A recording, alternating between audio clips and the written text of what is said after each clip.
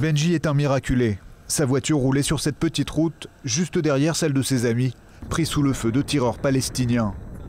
Dans l'obscurité, il n'a pas vu grand-chose, mais a entendu résonner les rafales d'armes automatiques.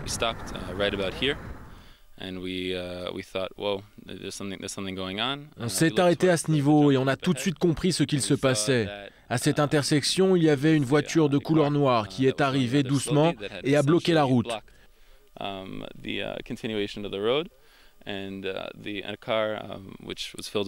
Nos amis voulaient tourner à droite ici, mais ils en ont été empêchés. On leur a tiré dessus. L'embuscade s'est déroulée au nord-est de la Cisjordanie, dans un secteur isolé qui jouxte la vallée du Jourdain. Une zone aride et montagneuse propice aux guet-apens. En plein jour, la présence des soldats rassure. Mais dès la nuit tombée, ces routes non éclairées deviennent subitement moins sûres.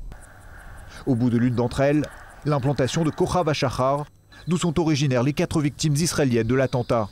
Cela faisait une dizaine d'années que cette localité de quelques 2000 habitants n'avait pas été touchée par le terrorisme. Mis à part notre petit bloc d'implantation, on ressent dans cette région et dans toute la Judée-Samarie une insécurité grandissante. Des attaques sont commises parfois par des loups solitaires, parfois par des cellules mieux organisées.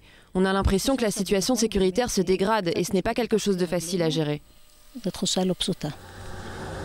Quelques heures après l'attentat, les forces de sécurité israéliennes ont musclé leur présence dans certains axes stratégiques de la région, comme dans ce carrefour qui relie la ville palestinienne de Naplouse à Jérusalem et Tel Aviv. C'est le 5e attentat palestinien en 10 jours qui frappe des Israéliens, civils ou militaires. Un regain de tension qui intervient en pleine période du Ramadan et ce alors que l'armée israélienne a allégé ses restrictions en Cisjordanie. Ici, les habitants juifs parlent déjà d'une intifada silencieuse.